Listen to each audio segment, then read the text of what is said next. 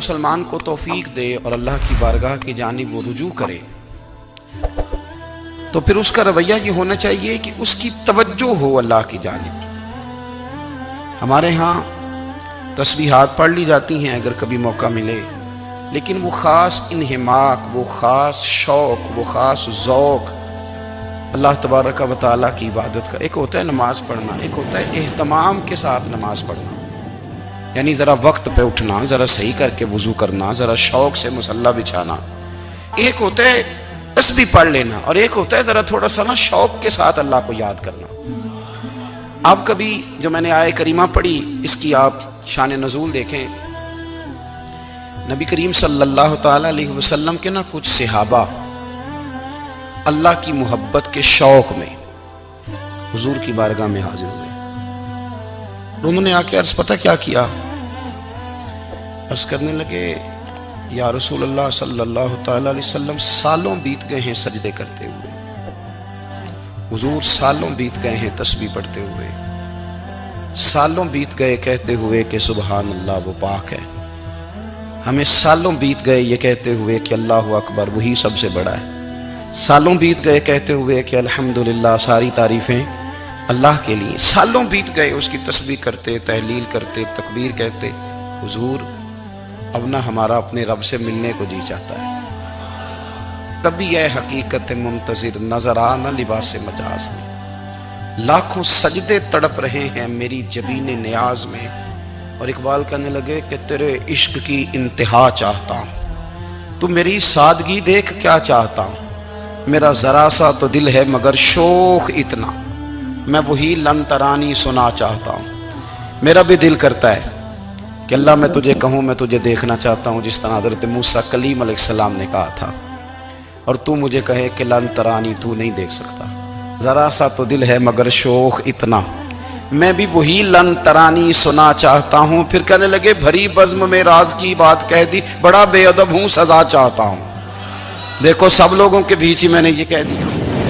میرے عزیز صحابہ نا شوق میں، کتنے سارے لوگ ہیں آپ، کتنی ماشاءاللہ بڑی تعداد میں آپ آئے ہیں، ہم بھی کبھی اس شوق میں گئے ہیں کہ ہمارے رب کو دیکھنے کو دل چاہتا ہے، ہمارا جی چاہے وہ کبھی ہمیں ملے۔ حضرت عبداللہ ابن عمر رضی اللہ تعالیٰ عنہ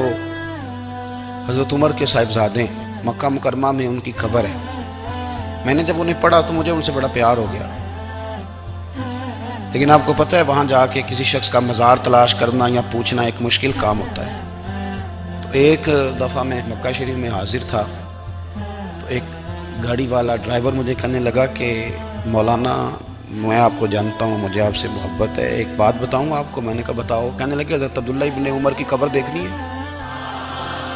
میں نے کہا یہ تو نہیں کہہ رہا، یہ کسی نے بندوبست کرایا ہے،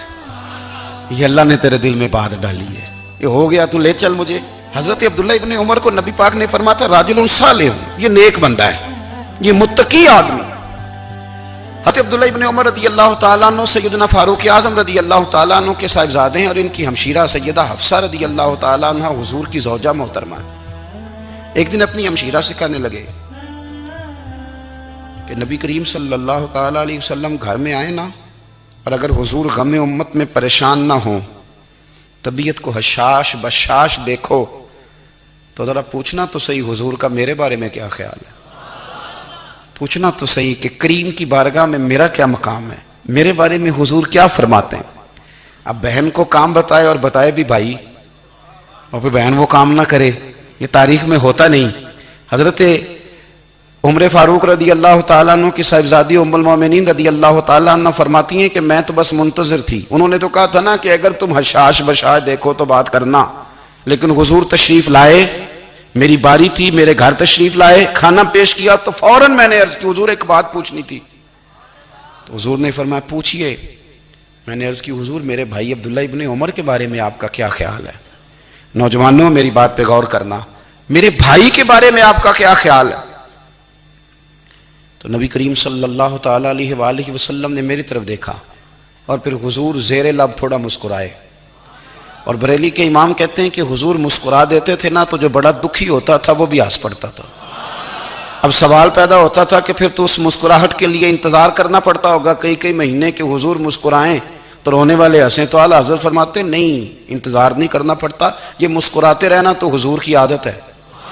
جس کی تسکین سے روتے ہوئے ہنس پڑے اس تبسم کی عادت پہ لاکھوں سلام۔ یعنی یہ تو عادت ہے حضور کی مسکراتے رہنا، اس کے لیے انتظار نہیں کرنا پڑتا۔ بھائیو آپ خیال رکھیں گے، غور کریں گے، حضرت عبداللہ ابن عمر رضی اللہ تعالیٰ عنہ کے بارے میں پوچھا تو سیدہ فرماتی ہیں کہ نبی کریم صلی اللہ تعالیٰ علیہ وسلم نہ زیر لب مسکرائے اور فرمایا حفصہ تیرا بھائی ہے تو اچھا، لیکن میں نے سنا ہے کہ عشاء کی نماز پڑھتا ہے تو فجر تک سویا ہی رہتا ہے۔ او نوجوانوں، 10 بجے تک سونے کی بات نہیں ہوئی، 9 بجے تک سونے کی بات نہیں ہوئی، 11 بجے اٹھنے کی بات نہیں۔ حضور فرمانے لگے میں نے سنا ہے کہ عشاء کی نماز پڑھ کے سو جاتا ہے اور فجر تک سویا ہی رہتا ہے، اسے چاہیے کہ تہجد کے وقت اٹھا کرے،